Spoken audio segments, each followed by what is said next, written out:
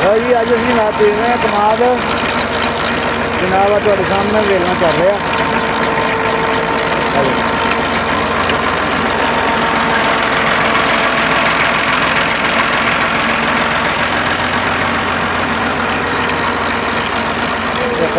कोई गल नहीं ना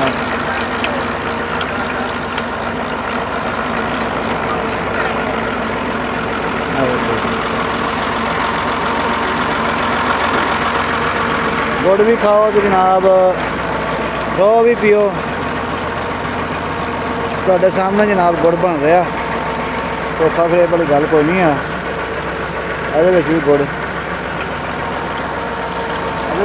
शस आ रहा देसी हाँ देसी माहौल हाँ जी बंदा पीछे पिछियाँ हटा रहा एक बंदा कन्ने ला रहा तो जनाब रौन निकल रहा रौन निकल रहा जनाब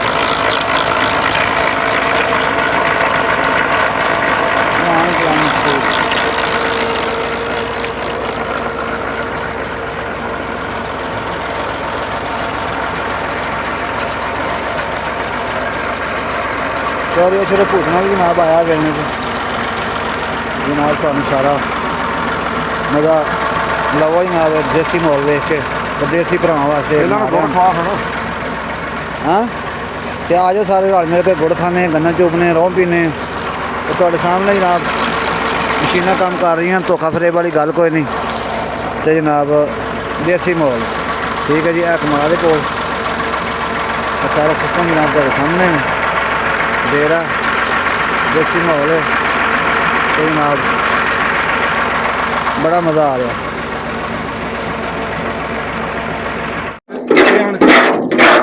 हेलो जनाब गुड़ हूँ तैयार हो गया जनाब कड़ाह च कढ़ के जो ना हादसे के भी पा रहे हैं देखो जनाब देसी माहौल है सारा कर लो जी कर लो इकट्ठा कर लो ठीक है जनाब खुद कमाल पीट देने देखो जी देसी भरावां वास्ते मैं विखा रहा सारे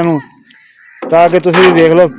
अपने वतनों तो गए बड़ी दूर तो ये तुहानू माहौल उत्थे नहीं लभदा इस वास्ते तुहाडे वास्ते वीडियो बना के मैं तुहाडे वास्ते कर रहा इंशाअल्लाह तुम देखोगे तुहानू मज़ा आएगा दिल तुहाडा खुश हो जाएगा ये जी गुड़ पा रहे हो कि शक्कर गुड़ बन रहा जनाब ये शहबाज शरीफ की फरमाइश से गुड़ बना रहे हैं अच्छा जी हाँ जी गुड़ जो खाएगा तो वाल हो जाएंगे बाद चो सही है माशाअल्लाह बनने वास्ते बड़ा कामयाब गुड़ है अच्छा जी इंशाअल्लाह अल्लाह ख्याल रखे जेड़ा खाएगा जवान हो जाएगा अच्छा हाँ जी बड़े बड़े दूर तो फरमाइशा आ रही हैं जनाब अच्छा जी बुढ़ा हो जाएगा हाँ जी सही है डन हो जी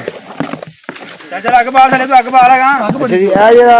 रोह पाया विच हाँ जी रोह पाई जनाब जी तुहाडे हुण तो 5 मिनट पहले बड़ी गल है जी पूरा इंशाअल्लाह तैयार हो गया हाँ जी ले लिया थले दी और पेसी बन लगियां ने सही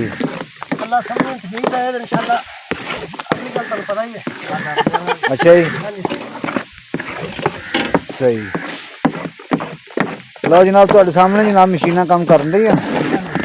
धोखा फरेब वाली कोई गल नहीं सामने तुहाडे जनाब देसी गुड़ बन रहा देसी माहौल है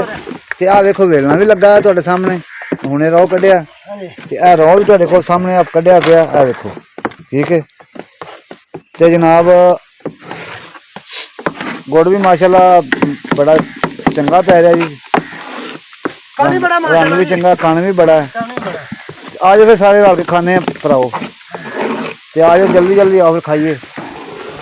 गुड़ का मज़ा तो लवो अज तुहानू पता लगे देसी गुड़ खाने का की मज़ा होंदा की ख्याल है जी आम तो चीनी वाले गुड़ लभ जाने पे जी हुण ये तो खालस बनता ना पे माशाअल्लाह की बना रहे हो जी एक घरोड़ी बन रही जी घरोड़ी ਇਹਨੂੰ ਜਾਂਦੇ ਨੇ जनाब घरोड़ी बाद जो काम मुक जाता ना आखिरी पूर होंगे तो फिर उस तो बाद जनाब इन्हों खुरच खुरच के ना घरोड़ी बनाई दी है तो खाण का वक्रा स्वाद आता बर्फी वर्गा स्वाद आता बड़ा चस का स्वाद है आ जाओ फिर तुम खा के खाने जनाब खाने तुहानू पता लगेगा।